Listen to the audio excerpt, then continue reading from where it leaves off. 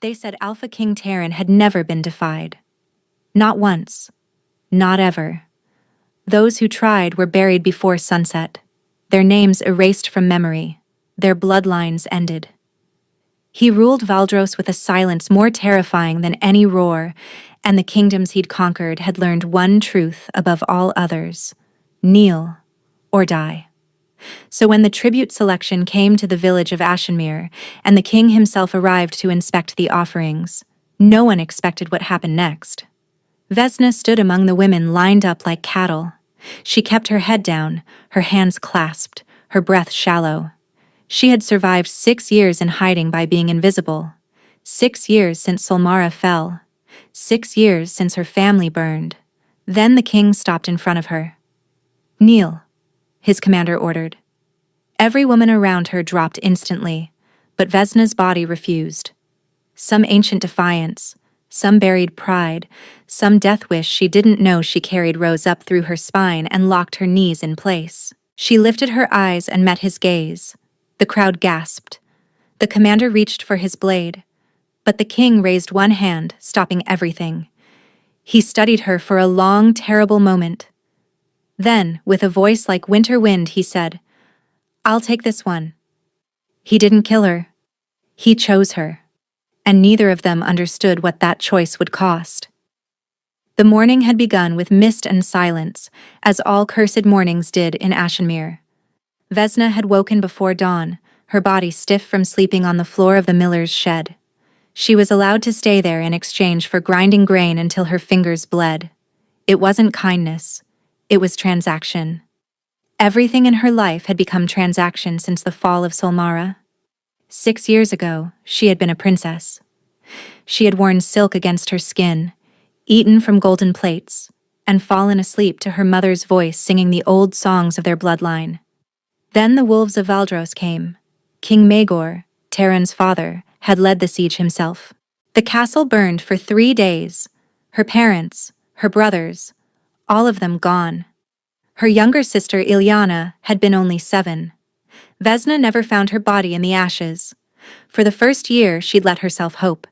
But hope was a luxury she couldn't afford, and eventually, she'd buried that too. She'd survived only because a servant had thrown her down a waste chute and told her to run. She'd been 12 years old, covered in ash and her family's blood, stumbling through forests until she collapsed in a village that didn't ask questions. She'd been invisible ever since, a ghost wearing a peasant's skin. But today, the tribute collectors had come. The village square filled with women between 16 and 25, lined up for inspection. Valdros demanded tribute from conquered territories: servants, workers, and occasionally wives for minor lords. It was humiliation dressed as policy. Vesna had avoided 3 previous selections by hiding in the grain cellars, but this time, someone had reported her. The miller himself, probably. He'd grown tired of feeding a mouth that couldn't pay. So here she stood, 3rd row from the front, trying to be small. The commander walked down the lines, examining faces, checking teeth like they were horses at market. A few women wept quietly. Others stared ahead with the blankness of those who had already surrendered. Then the crowd shifted.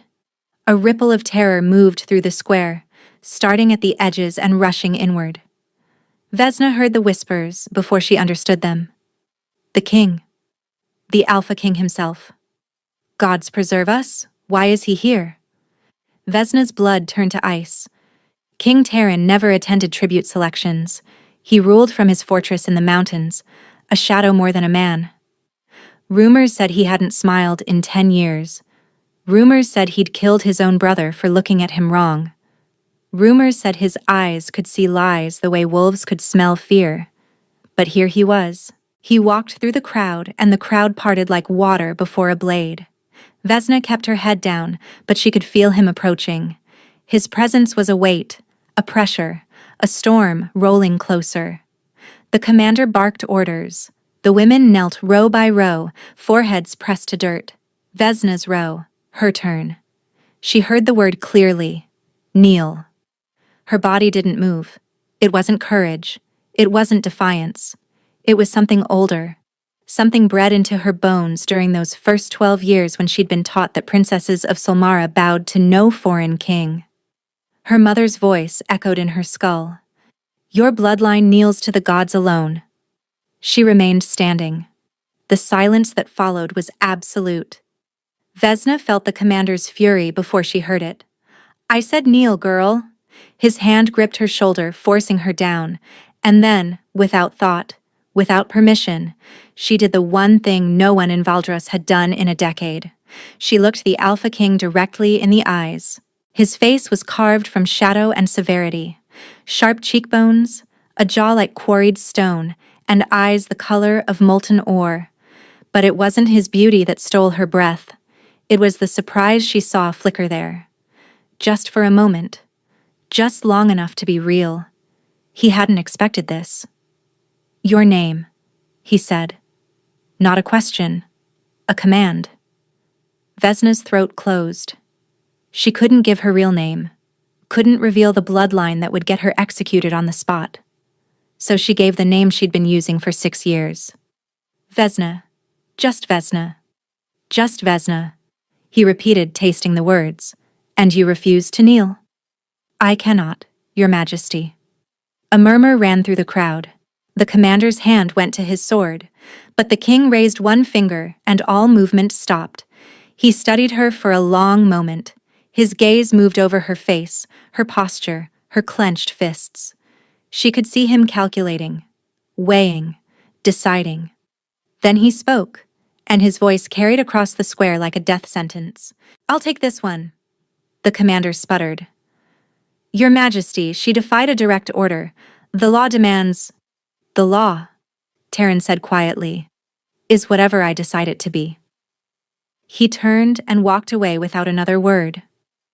2 guards seized Vesna's arms and dragged her toward a carriage she hadn't noticed before. Black wood, black horses, black curtains. A cage disguised as transport. The last thing she saw before the door closed was the miller's face in the crowd, pale with shock. She had wanted to be invisible.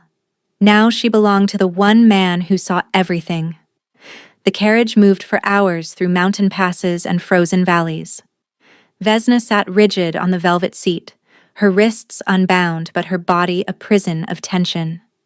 No guards rode inside with her. No explanation had been given. Just silence and motion and the growing certainty that she was being delivered to her death. By the time the carriage stopped, the sun had vanished behind the peaks. A guard opened the door. Out! Vesna stepped into cold air and looked up at the fortress of Valdros. It was carved directly into the mountain, more stone than structure, with towers that scraped the clouds and walls that seemed to grow from the rock itself. Torches lined the entrance, their flames fighting against wind that never stopped. This was where kings had ruled for 17 generations. This was where Solmara's surrender had been signed in her father's blood. She was escorted through corridors that echoed with emptiness. No courtiers lingered. No servants gossiped in corners. The fortress felt abandoned, though she knew it wasn't. It felt like a place where sound was afraid to exist. They stopped before a door of black iron. The king will see you now, the guard said. Vesna's heart hammered as the door swung open. The room beyond was a study, though study seemed too gentle a word. Maps covered every wall, marked with battle lines and territorial claims. A fire burned in a hearth large enough to stand in, yet the room still felt cold. And standing before the flames, his back to her, was the Alpha King. He didn't turn as she entered. Close the door, he said. She heard it shut behind her. They were alone. For a long moment, Taryn said nothing. Vesna watched the firelight flicker across his shoulders, watched his hands clasped behind his back. His fingers were trembling. Just slightly. Just enough to notice. When he finally turned, his expression was unreadable. You didn't kneel? He said. In 10 years, no one has refused to kneel in my presence. Nobles, warriors, kings of conquered lands, all of them fold. But you, a peasant from a nothing village, stood before me like you had every right. Vesna forced her voice steady. I meant no disrespect, Your Majesty. Didn't you? A ghost of something crossed his face. Amusement, perhaps, or curiosity. Tell me why. I cannot kneel to foreign kings, she said before she could stop herself. It was how I was raised. The words hung between them. She saw his eyes narrow, saw him filing that information away. Interesting, he said quietly. And where exactly were you raised to hold such convictions? A small village, Your Majesty. You wouldn't know it. I know every village in my territories. Then perhaps my parents were simply stubborn. His mouth twitched, almost a smile, but not quite. I have a proposition for you. Vesna went still. Taryn walked to his desk and picked up a document covered in official seals. You will become my wife. The floor seemed to tilt beneath her feet. Your Majesty, she managed, I don't understand. It's quite simple, he said, his tone flat. I need a queen. The council has been demanding one for years. Marriage alliances bore me, and noble women bore me more. You, at least, are interesting. You want to marry me because I refuse to kneel? I want to marry you because you looked me in the eye, he corrected. Everyone else looks away.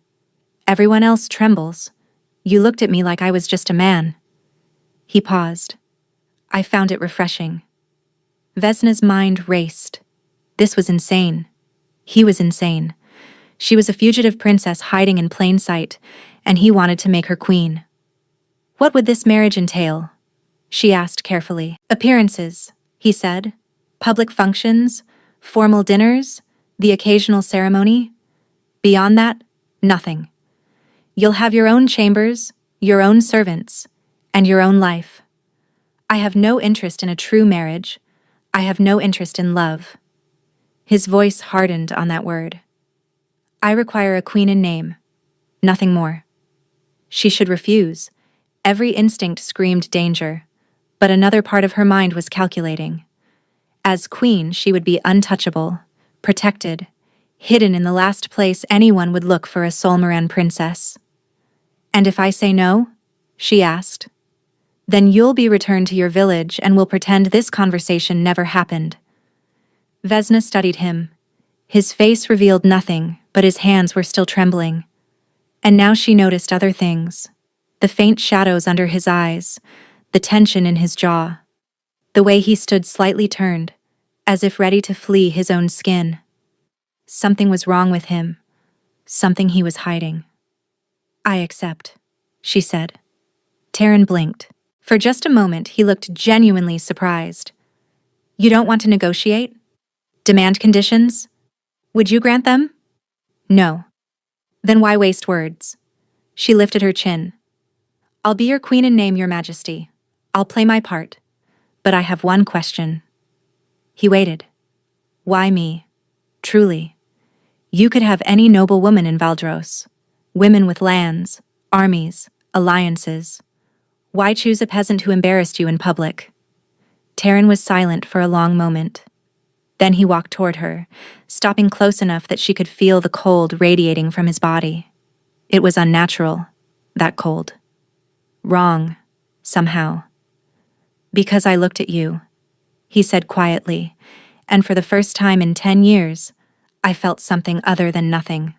Before she could respond, he stepped back. The wedding will be in 3 days. Servants will attend to you. Do not wander the fortress alone. There are parts of this place that are not safe. He pulled open the door, dismissing her. Vesna walked out on unsteady legs, her mind spinning. She was going to be queen of the kingdom that had destroyed her family, and the king who had conquered everything felt nothing at all. Except, perhaps, when he looked at her.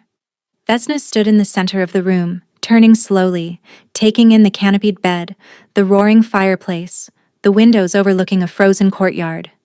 Silk curtains, fur rugs, a vanity table with a mirror framed in silver. She was afraid to touch anything. A knock came at the door, and 3 women entered without waiting for permission. They wore simple gray dresses, their hair braided identically, their expressions carefully blank. We are your attendants, Your Grace, the eldest said. I am Mirin. These are Katya and Brielle. We are here to prepare you for the wedding. Your Grace. The title landed strangely on Vesna's ears. She'd been called girl, orphan, burden. Never Grace. Thank you, she said. I don't require much. Mirin's expression flickered, almost like surprise. You are to be queen, Your Grace. You require everything. They bathed her in rose-scented water. They brushed her hair until it gleamed like dark copper. They dressed her in a nightgown softer than anything she'd ever worn. And when they finally left, Vesna sat by the fire and waited for sleep that wouldn't come. The wedding was in 3 days. 3 days until she bound herself to the man whose father had murdered her entire family.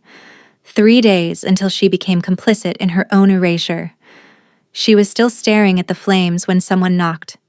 The door opened before she could answer. King Terran stood in the doorway, dressed simply in a dark tunic and trousers, his amber gaze catching the firelight. He looked different without the formal armor of kingship, younger, almost vulnerable. May I enter? He asked. Vesna rose quickly. It's your castle, Your Majesty. It's your chamber, he countered. A queen has domains, even a king cannot enter without permission. She blinked at that. Then yes, you may enter.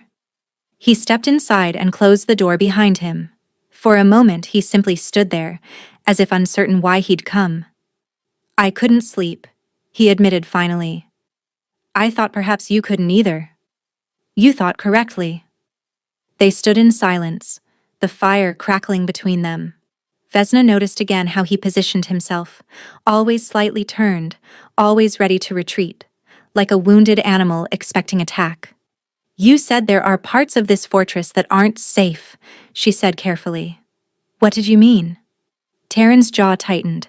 Exactly what I said. That's not an answer. It's the only one you'll get. She should have let it go, should have remained invisible and compliant.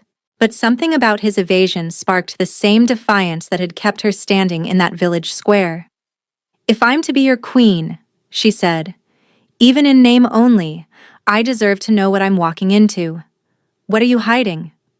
His eyes flashed. For a heartbeat, they weren't gold. They were something else, something wild and burning. Then it was gone, controlled so quickly she wondered if she'd imagined it. Everyone hides something, he said quietly. You certainly are. Vesna's blood went cold. Don't worry, Terran continued, his voice almost gentle. I have no interest in your secrets. We all have pasts we'd rather bury. The question is whether we can build something on top of the graves. He walked to the window, staring out at the frozen courtyard below. My father was a cruel man, he said, his voice dropping. He built this kingdom on blood and kept it standing on fear. When he died, I swore I would be different. I swore I would rule with justice. And have you? I've tried. His hands clenched at his sides. But there are things inside me that resist, things I cannot always control.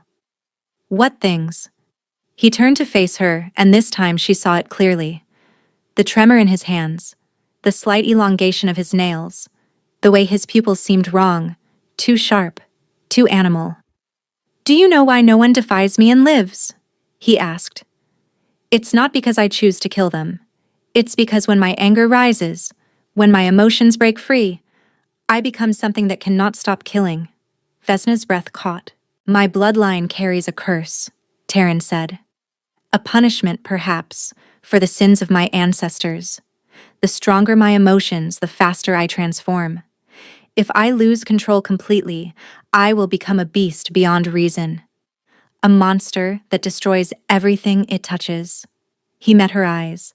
That is why I feel nothing. Why I allow myself nothing. Because the alternative is carnage. The fire crackled. The silence stretched. Why are you telling me this? Vesna whispered. Terran's expression shifted. Something raw passed across his face. Because when you looked at me today, when you stood there and refused to kneel, I felt something I haven't felt in years. He paused. And I need you to understand why that terrifies me. He moved toward the door, then stopped. Then, "The wedding will proceed," he said. "But I want you to know what you're binding yourself to.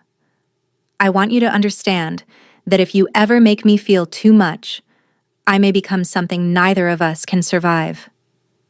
And if I'm not afraid?" He looked at her, and for a moment, his eyes were filled with something like longing. "Then I pray you never give me reason to love you." He left without another word. Vesna stood alone in the firelight, her heart pounding. She was going to marry a king who was slowly becoming a monster, and she was the one thing that might speed his transformation. The wedding took place at sunset, in a great hall carved from black granite. Vesna walked the aisle alone. No family to give her away, no friends to witness. Only rows of stone-faced nobles who watched her with suspicion and curiosity in equal measure. She wore white, though she didn't feel pure. The gown had been made overnight, fitted by seamstresses who worked in silence. It was beautiful in the way a cage could be beautiful, intricate, suffocating, designed to hold something wild. Taryn waited at the altar, dressed in black, as if attending a funeral rather than a wedding. His eyes, like liquid gold, tracked her approach, and she saw the tension in his shoulders, the rigid control in every line of his body. The officiant spoke words she barely heard. Vows were exchanged, rings placed on fingers. When it came time for the ceremonial kiss, Taryn leaned close and pressed his lips to her forehead instead of her mouth. "Thank you," he murmured, so quietly only she could hear, "for not running." Then it was done. She was Queen of Valdros. The feast that followed was a performance. Vesna sat beside Taryn at the head table, eating food she couldn't taste, smiling at nobles whose names she immediately forgot. Throughout it all, she felt his presence beside her like a winter storm held barely in check. When the final toast was raised, Taryn stood. "My queen is tired from the journey and the ceremony," he announced. "We will retire." Whispers followed them out of the hall. Vesna knew what the court expected. The wedding night, the consummation, the beginning of heirs. But when they reached her chambers, Taryn stopped at the door. "I won't be joining you," he said quietly. "Not in the way they expect." Vesna studied his face. The firelight from within her room cast shadows across his sharp features. "You promised a marriage in name only," she said. "I remember. I did." He paused. "But there are certain requirements. For the succession. The council will expect evidence of consummation." "And what do you propose?" His jaw tightened. "I will visit your chambers each night, publicly. I will leave each morning, publicly. What happens between those hours is no one's business but ours." "So we pretend." "We survive," he corrected. "That's all any of us do." He turned to leave, then stopped. "Sleep well, my queen." The door closed behind him, and Vesna was alone. The weeks that followed were strange. Taryn kept his word. Each evening he arrived at her chambers as the sun set. Each morning he departed before the servants arrived. But he never touched her, never demanded anything. Instead, they talked. It started with small things. He would ask about her day. She would ask about his meetings with the council. They discussed weather, books, and the peculiarities of court politics. But gradually, the conversations deepened. "My mother used to sing to me," Vesna said one night, surprising herself. They sat by the fire, a chessboard between them that neither had touched in an hour. Old songs, from her homeland. I've forgotten most of the words now. Taryn was quiet for a moment. "My mother died when I was 7. I barely remember her voice at all." "I'm sorry." "Don't be. It was a long time ago." He moved a chess piece absently. "My father never spoke of her after. It was as if she'd never existed." "That's cruel." "That was my father." His voice hardened. Everything was strategy to him, even grief. Vesna watched him carefully. She'd begun to notice patterns. The way his hands trembled more on certain days. The way his eyes flickered gold to something darker when his emotions stirred. The way he always sat near the fire but never seemed warm enough. Your hands, she said gently. They shake more when you're upset. Taryn went still. I've been watching, she continued. It happens when you talk about your father, when the council pressures you, when you're frustrated. She paused. Does that mean the curse is close to the surface? For a long moment he said nothing. Then slowly he nodded. The beast lives inside me always, he said quietly. Some days it sleeps, other days it prowls, and when my emotions rise too high. He held up his trembling hand. This is the warning, the sign that I'm losing grip. What helps? He looked at her with something like wonder. No one has ever asked me that. I'm asking now. His throat worked as he swallowed. Cold. Silence. Emptiness. Anything that dulls feeling. Vesna rose from her chair and walked to him. Before he could protest, she took his trembling hand in both of hers. His skin was ice. You're freezing, she whispered. Always, he said. The cold keeps the beast dormant. If I warm too much, feel too much, then you transform.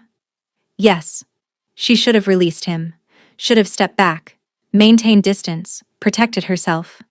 But instead, she held his hand tighter and began to rub warmth into his frozen fingers.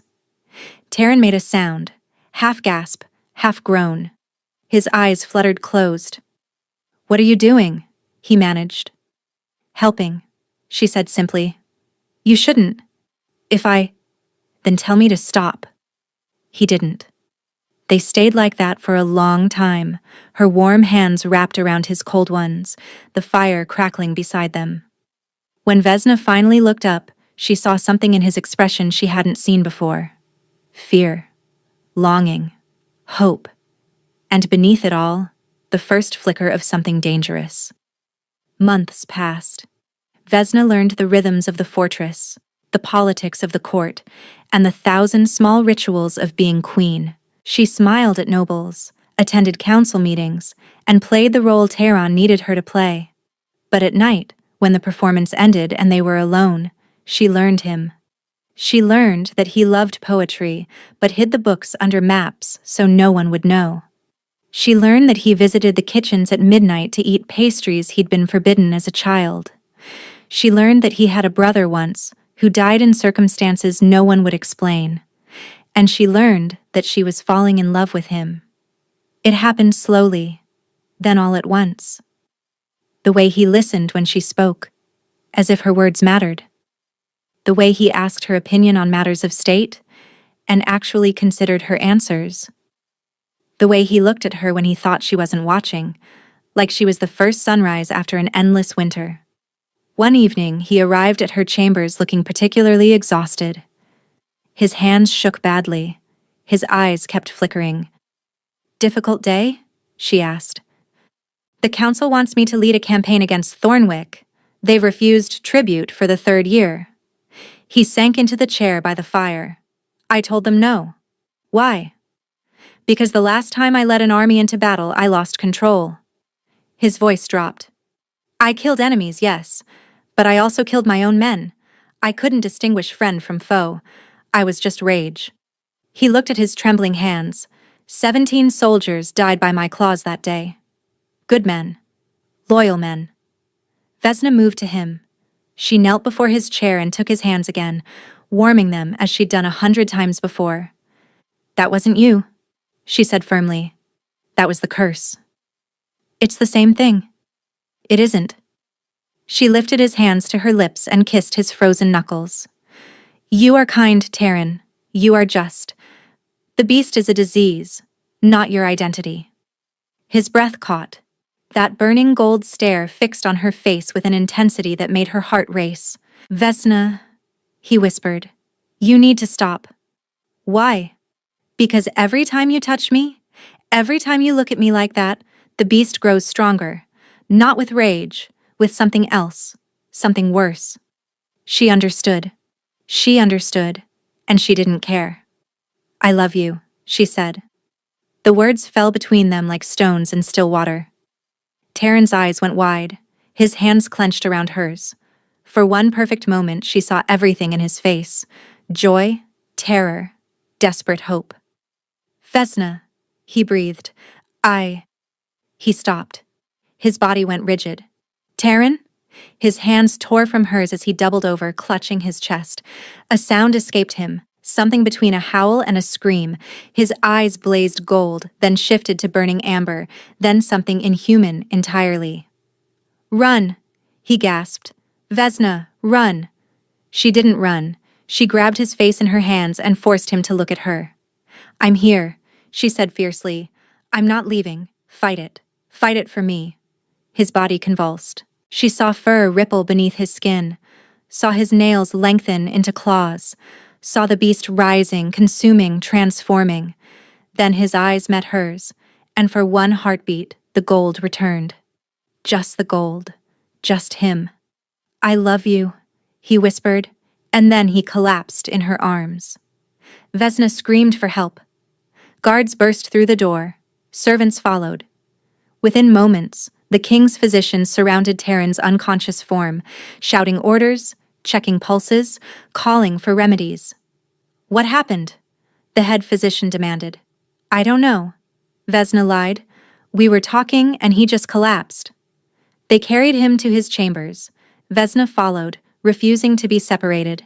She stood in the corner as they examined him, as they applied poultices and muttered incantations that seemed to do nothing. Hours passed. Finally, the head physician approached her. His face was grim. Your Majesty, he said quietly, the king is dying. The words didn't make sense. That's impossible. He was fine. He was talking to me. The curse has accelerated, the physician explained. His body is fighting a transformation it cannot complete. He's caught between man and beast, and the strain is destroying him from within. Then let him transform. Let the beast out. If he transforms now, in this state, he will lose himself completely.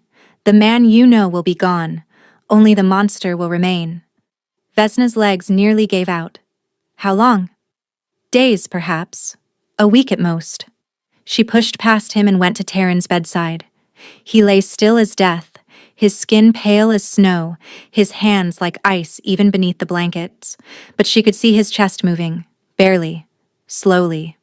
Leave us, she commanded. The physicians hesitated. I am your queen. Leave us. They left. Vesna sat beside him, taking his frozen hand in hers. Tears streamed down her face, but she didn't wipe them away. This is my fault, she whispered. I made you feel. I made you love me. And now you're dying. She thought of the structure of her life. 6 years of hiding. 6 years of survival. She'd become so good at being invisible, at wanting nothing, at needing no one. Then he'd looked at her, and she'd looked back, and everything had shattered. I have to save you, she murmured. There has to be a way. But what could she do? She was a peasant girl from a forgotten village, a nobody with no power, no resources, no, that wasn't true. She wasn't a peasant at all. Vesna closed her eyes, feeling the truth rise in her chest like a tide too long held back. She was Vesna Sorrel, Princess of Solmara, last of her bloodline. Her family had been keepers of sacred flame, blessed with ancient fire that could soothe the wildest storms, in nature and in souls. Fire that healed rather than destroyed. Her mother had taught her the old ways before the siege, the songs, the rituals, the sacred knowledge of their bloodline. She'd buried it all when Solmara fell, convinced it would only get her killed. But now, Vesna leaned close to Terran's ear. I have to tell you something, she whispered. Something I've hidden from everyone, including myself. His eyes remained closed, but his breathing seemed to shift. I'm not a peasant, Terran. I'm not just Vesna. I'm Vesna Sorrel, daughter of King Aldrich of Solmara, the kingdom your father destroyed, the bloodline your family tried to erase. She paused, her voice breaking. I've hated your name since I was 12 years old. I've dreamed of revenge, of justice, of watching Valdros burn the way my home burned. Tears fell on their joined hands. But then I met you, and you weren't what I expected. You were kind beneath the cold. You were good beneath the crown. She lifted his hand to her cheek. I love you, she said. The daughter of your enemy loves the son of her destroyer, and I don't know how to save you, but I will find a way. I swear it on my mother's grave. For a moment, nothing happened. Then Taryn's eyes opened. They were gold again, just gold, and filled with tears. Solmara, he breathed. Vesna's heart clenched. Yes. Do you hate me now? Does it disgust you knowing what I am?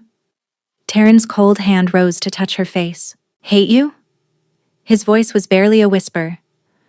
Vesna, my father destroyed your family.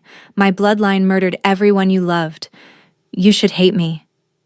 I tried, she admitted. I couldn't. I've lived with guilt my entire life, he said. Guilt for what my father did, what my grandfather did before him. The curse isn't just punishment for our cruelty, it's proof of what we are. Monsters who deserve to become what they always were inside. You're not your father. I carry his blood, and I carry mine. Vesna pressed her forehead to his. My mother's people were keepers of sacred flame, Taryn. We could calm storms, soothe beasts. Our fire healed, rather than harmed. Maybe there's something in me that can help you. Taryn shook his head weakly. The curse was cast by a witch more powerful than any healer. When my great-great-grandfather betrayed her family, she cursed our line forever. No magic has ever been able to break it. Then I'll find her. Vesna said fiercely. I'll find the witch's descendants. I'll find the original spell. Taryn's hand tightened on hers, stopping her. There's something you should know, he said. Something I should have told you long ago. His eyes grew distant, pained. My brother didn't die in an accident. He was murdered. Taryn's voice dropped. By my father's closest advisor, the man who still sits on my council, the man who's been waiting for me to transform so he can claim the throne for himself. Vesna went cold. Who? Lord Cassius Vorn. Taryn coughed, his body weakening. He's been poisoning me for years, not with substances, with situations.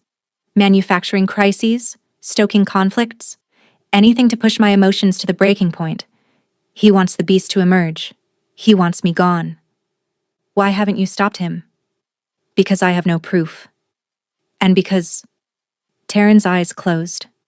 Because part of me believed I deserved it. For what my family did to yours. To all the kingdoms we destroyed. Vesna's mind raced. Lord Cassius Vorn. She'd seen him at council meetings.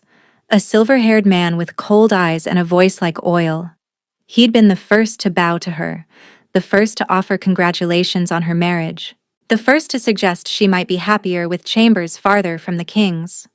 He knows, she realized. He knows I'm helping you control the beast. That's why he's been trying to separate us. Taryn nodded weakly. You're the only thing keeping me human, Vesna. And he knows it. She stood, determination hardening her spine. Rest, she commanded. I'm going to find out everything about this curse and then I'm going to break it. Vesna, no. She leaned down and kissed his frozen forehead. You've protected me since the day we met. Now it's my turn. She swept toward the door. Be careful, Taryn called weakly. Cassius is dangerous. So am I, Vesna replied. He just doesn't know it yet. The fortress archives were buried deep beneath the mountain, in chambers so old the stone itself seemed to breathe with memory. Vesna descended alone, a torch in one hand and a stolen key in the other. She'd taken it from the head physician's quarters while he slept, a master key that opened every door in Valdros. The archives were forbidden to all but the king and his most trusted advisors. But Vesna was queen now, and queens could go where they pleased. The chamber was vast, filled with shelves that stretched into darkness and scrolls that crumbled at a touch. Vesna moved through the rows, searching for anything related to the curse, to the original witch, to the betrayal that had started it all. She found it in the deepest section, behind a locked grate that the master key barely turned. A single book, bound in leather so old it had turned black. "The Chronicle of King Aldros," she read aloud, first of the cursed line. She opened it with trembling hands. The first pages told a familiar story: conquest, expansion, the rise of Valdros as an empire. But then the tone shifted. "In the 15th year of my reign," Aldros had written, "I encountered a woman of extraordinary beauty in the conquered territory of Miren. She was Seraphine Morrow, high priestess of the old gods, keeper of sacred flames that burned without fuel." Vesna's breath caught. Miren had been an ally of Solmara. She'd heard stories of its priestesses as a child. "I desired her," Aldros continued. "She refused me. No woman had ever refused me. In my rage, I ordered her temple burned, her sisters executed, her sacred flames extinguished." The handwriting grew more erratic on the next page. "She cursed me with her dying breath, cursed my bloodline to carry the beast within, the rage that destroys all love. You wanted fire," she said. "Now you will burn from within, forever cold, because your heart will never warm again." Vesna turned pages faster, searching for anything about breaking the curse. Then she found it. "The witch spoke once more before death claimed her," Aldros had recorded. "Only the flame you extinguished can thaw the ice you've become. When the last ember rises from ash, only then will the curse lift." The last ember rises from ash. Vesna stared at the words, her mind racing. The sacred flames of Miren had been extinguished. The priestesses had been killed. The temple had been destroyed. But Miren had been an ally of Solmara, and Solmaran princesses were trained in the old rites, Vesna whispered. Her mother had taught her. Not just songs and healing, but the ancient ceremonies, the sacred flames that Solmaran queens had tended since the time before memory. The same flames that Miren's priestesses had kept. "The flame you extinguished," she murmured, the last ember rising from ash. Her hands began to shake. She was the last of Solmara, the last ember of a kingdom that had been reduced to ash. The cure wasn't just inside her. She was the cure. How touching. Vesna spun around. Lord Cassius Vorn stood in the archive entrance, a blade gleaming in his hand. "The Queen, playing detective," he said smoothly. "I wondered when you'd figure it out." Vesna backed away, clutching the chronicle to her chest. You knew about the cure." "Of course I knew." Cassius stepped closer, his cold eyes fixed on her face. "I've known for years. Why do you think I advised Maegor to destroy Solmara? Why do you think I made sure every member of the royal family was hunted down and killed?" Horror washed over her. It wasn't just conquest. It was prevention. "Precisely." Cassius smiled, and there was nothing human in it. "The Sorel bloodline was the only thing that could break our curse. As long as they lived, there was hope. So I made sure hope died with them. You murdered my family. I protected my kingdom." He raised the blade. "The curse has served Valdros well. It makes our kings fierce, unfeeling, and unstoppable. Terran was supposed to transform years ago, become the perfect weapon under my guidance. But then, you appeared. And I ruined everything. You delayed the inevitable." Cassius lunged. Vesna dodged, throwing the torch at him and running for the door. But he was faster, older, trained. His hand caught her arm, wrenching her backward. "I watched you for months," he hissed. "Watched you calm him, soothe him, make him feel. You undid years of my work in a single season. Because I love him." "Love." Cassius spat the word. "Love is weakness." Terran's father understood that. His grandfather, too. They embraced the beast. They let it rule. And they were monsters. They were kings. He pressed the blade to her throat. "You're going to disappear, little queen. A tragic accident in the archives. The king will grieve. His emotions will overwhelm him. And the beast will finally emerge. And I will be there to guide it." Vesna's mind raced. She couldn't fight him. Couldn't escape. But maybe. "You're wrong about one thing," she said. "Oh? I'm not just a queen." She met his eyes without flinching. I'm Vesna Sorrel, Princess of Solmara, and my bloodline doesn't just soothe beasts. She reached for the fire inside her, the ancient flame her mother had kindled in her heart. The sacred gift of her ancestors that she'd buried so deep she'd almost forgotten it existed. And she let it rise. Light exploded from her hands. Cassius screamed, stumbling backward, his blade clattering to the floor. Vesna didn't wait. She grabbed the chronicle and ran, flames licking at her fingertips, illuminating her path through the darkness. Behind her, she heard Cassius shouting for guards. But she was faster now. Faster than she'd ever been. Because she knew the truth. She was the last ember. And she was about to rise. Vesna burst through the doors of Terran's chambers, flames still dancing at her fingertips. The physicians stumbled backward in terror. The guards drew their swords. But Vesna didn't stop. She ran to Terran's bedside, where he lay pale and still, ice crystals forming on his skin. "Everyone out," she commanded. No one moved.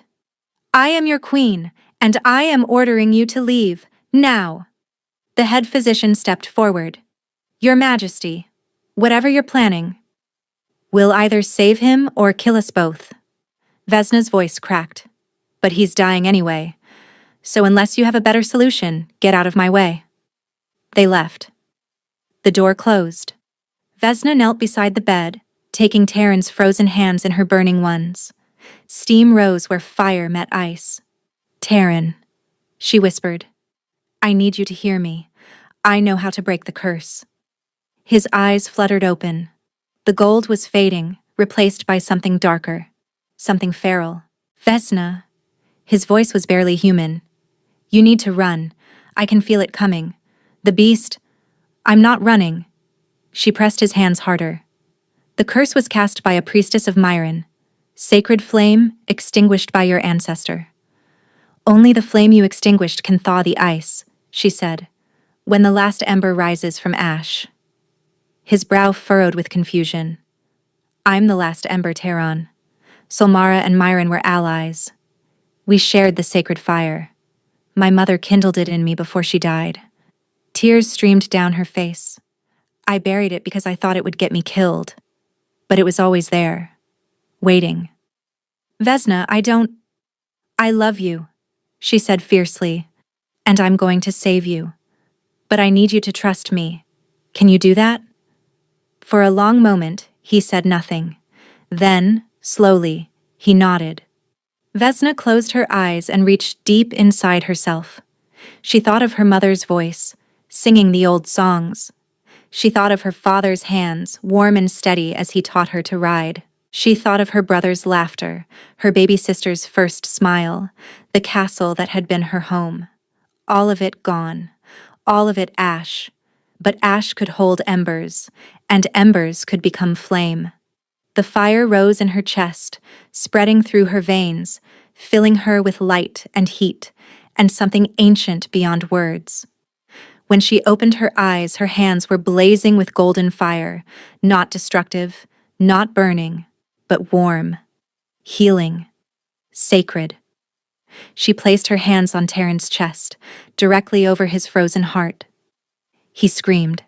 The sound tore through her, but she didn't pull away. She felt the ice beneath her palms, thick and ancient and cruel. She felt the beast thrashing inside him, desperate to emerge.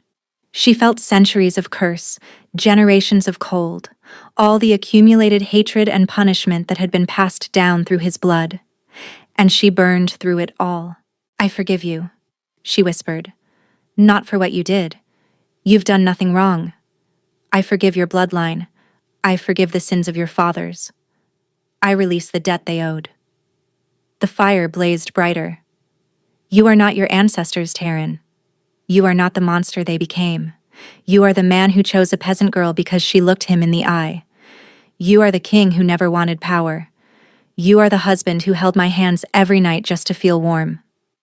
The ice cracked. "And I love you, not despite what you carry, because of who you are beneath it." The curse shattered. Light exploded from Terran's chest, golden and white, filling the room, blazing through the windows. visible from every tower of the fortress. The beast howled, not in triumph, but in defeat, and then dissolved into nothing. When the light faded, Terran lay still. Vesna's hands trembled as she touched his face. Terran, please, please wake up. For an endless, terrible moment, nothing happened. Then his eyes opened. Gold. Pure gold. No darkness, no flicker, no beast lurking beneath. Vesna, he breathed. She collapsed against him, sobbing. His arms came around her, and for the first time they were warm. His skin, his hands, his chest. Warm like a living man. Warm like summer. You're alive, she wept. You're alive. You're alive. You saved me. His voice cracked with wonder. You actually saved me. He pulled back to look at her, his warm hands framing her tear-streaked face. I love you, he said. I don't know if I ever said it properly. When I wasn't dying. When I wasn't afraid. His thumb brushed away her tears. I love you, Vesna Sorel. Princess of Solmara. Last ember of a sacred flame. The woman who defied me and saved me in the same breath. She laughed through her tears. I love you too. Even though your family destroyed mine. We'll rebuild it, he promised. Together. Everything that was lost. We'll make it new. The door burst open. Cassius Vorn stood in the entrance, sword drawn, a dozen guards behind him. Seize her, he commanded. The queen has attacked the king with dark magic. She's a Solmaran spy, here to destroy us all. The guards hesitated, looking between Cassius and the very much alive king sitting up in bed. Terran rose to his feet. No trembling, no weakness. He stood tall and strong, and when he spoke, his voice carried the full weight of his authority. Lord Cassius Vorn, he said calmly, you are under arrest for treason, conspiracy, and the murder of my brother. Cassius's face went white. You have no proof.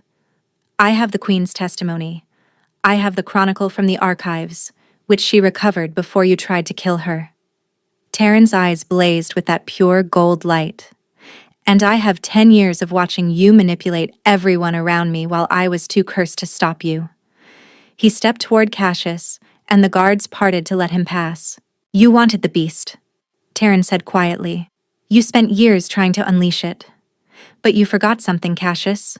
Even without the curse, I am still the Alpha King, and you just threatened my mate. Cassius lunged with his sword. Terran caught the blade in his bare hand. No blood, no wound. Just strength that shouldn't have been possible, power that radiated from him like heat from a forge. The curse was a punishment, Terran said, wrenching the sword away and tossing it aside. But it was also a cage, keeping me weak, keeping me controlled. You used that. You kept me broken because a broken king was easier to manipulate. He grabbed Cassius by the throat and lifted him off his feet. I'm not broken anymore. Guards rushed forward to take Cassius into custody.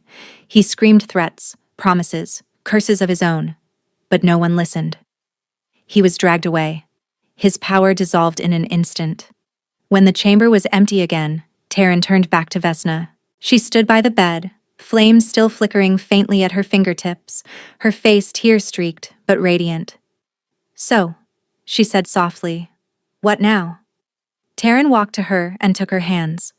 The flames didn't burn him. They danced across their joined fingers like greeting old friends. Now, he said, we build the world we both deserved from the beginning. 6 months later, the coronation took place at sunset, in the great hall where their wedding had occurred. But this time, there was no tension, no suspicion, no fear. Vesna wore gold instead of white, a crown of flames wrought in metal resting on her brow. Terran stood beside her in white instead of black, his hand warm in hers, his smile brighter than she'd ever seen it. The curse had been broken completely, not just for Terran, but for the entire bloodline. Their son, growing in her belly, would never carry the beast, would never feel the cold, would never fear love. Cassius Vorn had been executed for his crimes. The council had been restructured, and Solmara, what remained of it, had been declared a protected territory, its survivors welcomed back to rebuild. Her younger sister Ilyana had been found alive in a distant village, hidden for years by loyal servants who had smuggled her out during the siege. They'd reunited 2 months ago, weeping in each other's arms, filling the silence of 6 years with stories and laughter and plans. The old priesthood of Miren had sent representatives, women who carried the sacred flame and looked upon Vesna with wonder. They'd come to honor the last ember who had risen from ash and broken a curse that had stood for generations. And through it all, Terran had been beside her.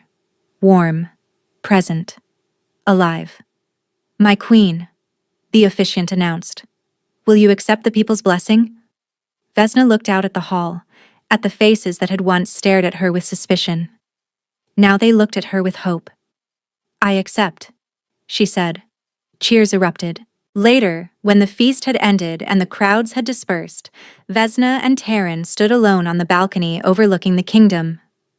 "You know," Terran said thoughtfully, "when I chose you at that tribute selection, I thought I was choosing someone who couldn't hurt me, someone I could keep at a distance. And instead?" He turned to face her, amber gaze soft with love. "Instead, I chose the one person who could save me. The one person brave enough to look me in the eye and refuse to kneel." He pulled her close. "The one person stubborn enough to love a monster." "You were never a monster," Vesna said. "You were a man in chains, and I just happened to have the key." He kissed her then, warm, deep, full of everything he'd been unable to feel for so long. When they parted, both breathless, he pressed his forehead to hers. "I love you," he whispered, "until the last flame dies, until the last star falls." Vesna smiled, her hands resting on her growing belly. "Then you'll love me forever," she said, "because the flame never dies. It just passes on." They stood together in the moonlight, two people who had hidden their whole lives, she from persecution, he from feeling, now completely seen, completely known, completely free. The kingdom stretched out before them, full of possibility. And for the first time in either of their lives, the future felt warm. Thank you for listening to this story. If you enjoyed it, please like and subscribe for more. Let me know in the comments what you thought. I read every single one, and they mean more than you know.